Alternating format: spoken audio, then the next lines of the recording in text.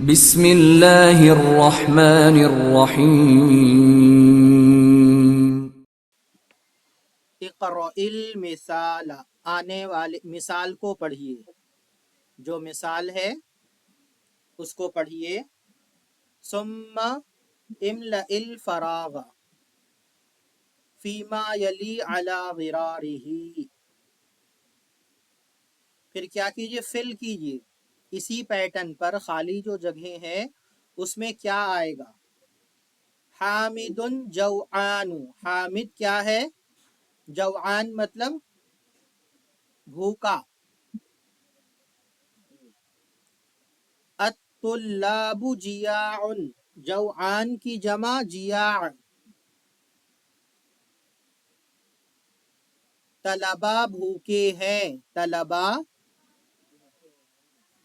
مریم جوعا، مریم بھوکی ہے۔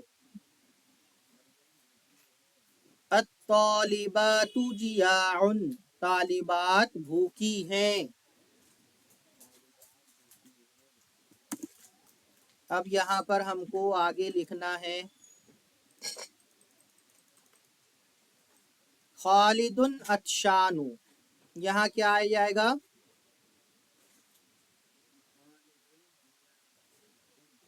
عطشان کی جمع کیا آئے گی؟ خالد پیاسا ہے، خالد کیا ہے؟ پیاسا ہے۔ الاولاد عطاش، الاولاد، الاولاد عطاش۔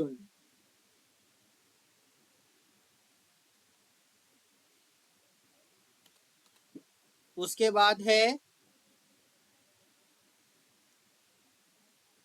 کیا لا سکتے ہیں آپ نیچے؟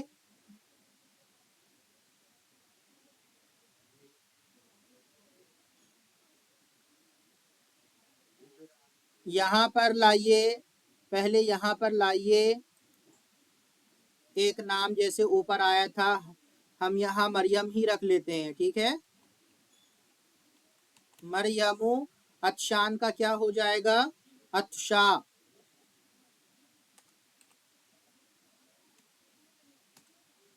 مریم عطشا، مریم عطشا، عطشا، یہاں اسکرین پر دیکھیں، عطشا، مریم عطشا۔ عطشان کا مؤنث ہے عطشا، مریم پیاسی ہے۔ اور یہاں کیا آ جائے گا؟ الطالبات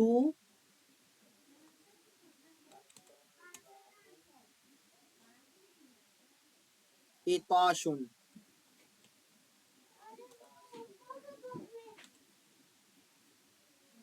طالبات پیاسی ہیں۔ تو جمع کیسے بن رہا ہے دیکھیں آپ، جوعان جمع جیاع، عطشان جمع عطاش، جوعان مؤنث جوا، عطشان مؤنث عطشا۔ ابراہیم شبعان،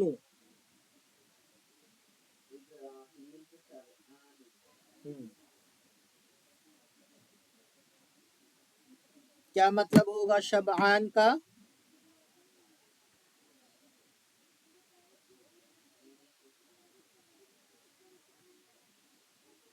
ما معنی شبعان؟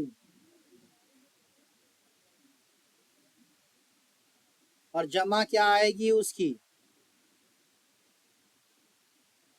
شبعان، شبعان، بھرا ہوا، پیٹ بھرا ہوا۔ شبعان کا مطلب کیا ہوگا؟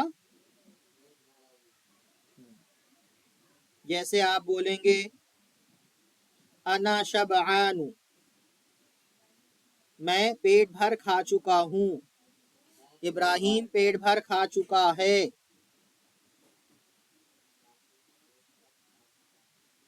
جی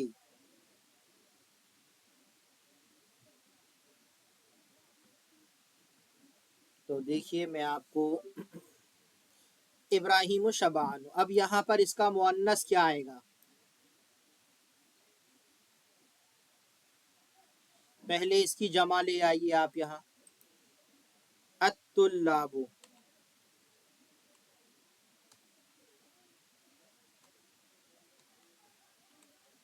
الطلاب، شبعان کی جمع شباع،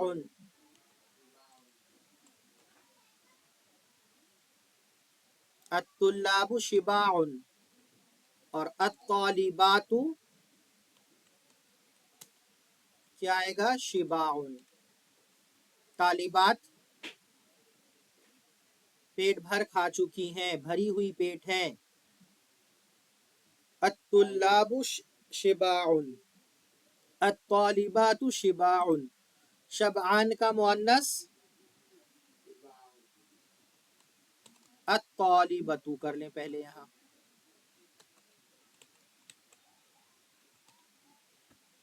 الطالبۃ شبعا، شبعان کا مؤنث واحد شبعا، ٹھیک ہے، کلیئر ہے؟ یہ سمجھ میں آ رہی ہے بات جمع کیسے بن رہا ہے؟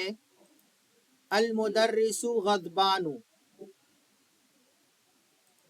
المدرس غضبان، جمع لے آئیے، غضبان مطلب غصے، غصے سے بھرا ہوا، غصے، غصے کا وقت، غصے والا،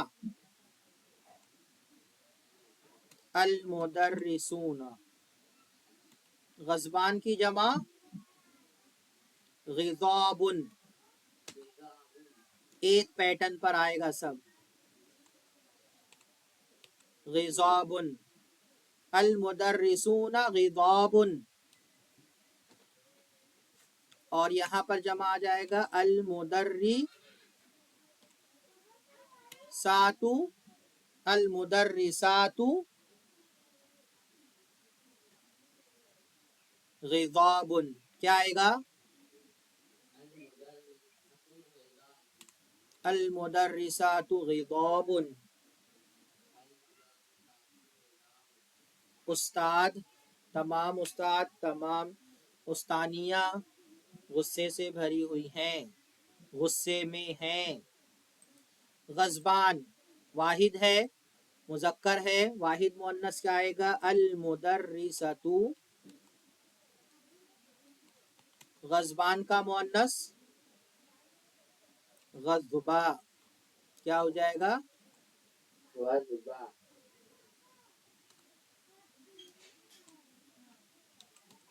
المدرسۃ غضبا، المدرسۃ غضبا،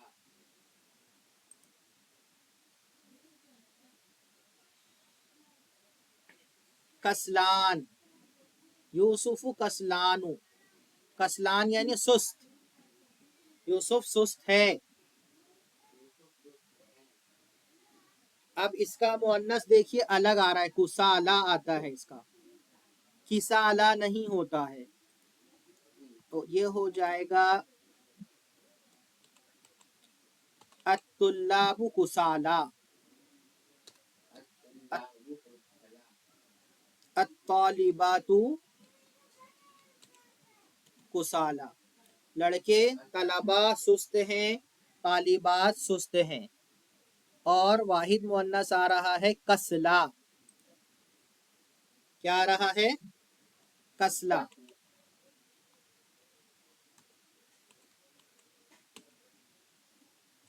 الطالبۃ، الطالبۃ کسلا،